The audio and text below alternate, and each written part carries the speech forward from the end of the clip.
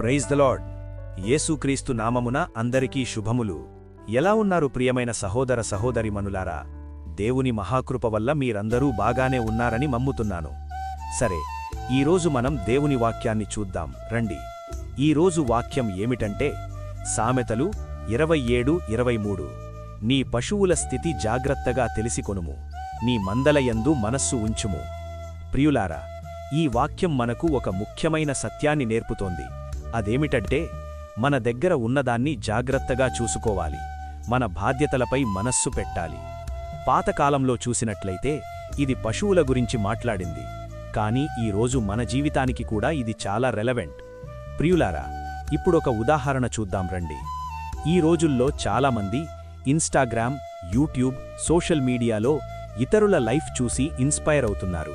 వాళ్ల యొక్క సక్సెస్, వాళ్ల మనీ, వాళ్ల యొక్క లైఫ్ స్టైల్ ఇవన్నీ చూసి ఏం చేస్తామంటే మన లైఫ్ని నెగ్లెక్ట్ చేస్తున్నాం. అంటే మనకు ఉన్న అవకాశాలు, మన దగ్గర ఉన్న టాలెంట్, మన కుటుంబం, మన బాధ్యతలు ఇవన్నీ పక్కన పెట్టి ఇతరుల జీవితాన్ని చూసి కంపేర్ చేస్తూ ఉంటాం. ప్రియమైన సోదరీ సోదరులారా, దేవుని వాక్యం మనకు ఏమి చెబుతోంది అంటే నీ జీవితాన్ని చూసుకో, నీ బాధ్యతలపై దృష్టి పెట్టు. ఎందుకంటే దేవుడు నీకిచ్చిన దాన్ని నువ్వే చూసుకోవాలి. ప్రియులారా, మనము చిన్న విషయాలను నెగ్లెక్ట్ చేస్తే పెద్ద నష్టాలొస్తాయి. ఆరోగ్యం పట్టించుకోకపోతే, కుటుంబాన్ని పట్టించుకోకపోతే, ఆత్మీయ జీవితం పట్టించుకోకపోతే చివరికి మన జీవితమే దెబ్బతింటుంది. అందుకే ఈ వాక్యం మనకొక రిమైండర్. నీ జీవితాన్ని జాగ్రత్తగా చూసుకో, దేవుడిచ్చిన బాధ్యతను ఫెయిత్ఫుల్గా నెరవేర్చు. ప్రియులారా, ఇతరుల లైఫ్ చూడటం కన్నా మన లైఫ్ బిల్డ్ చేయడం ముఖ్యము.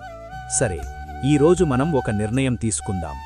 నేను నా బాధ్యతలపై దృష్టి పెడతాను.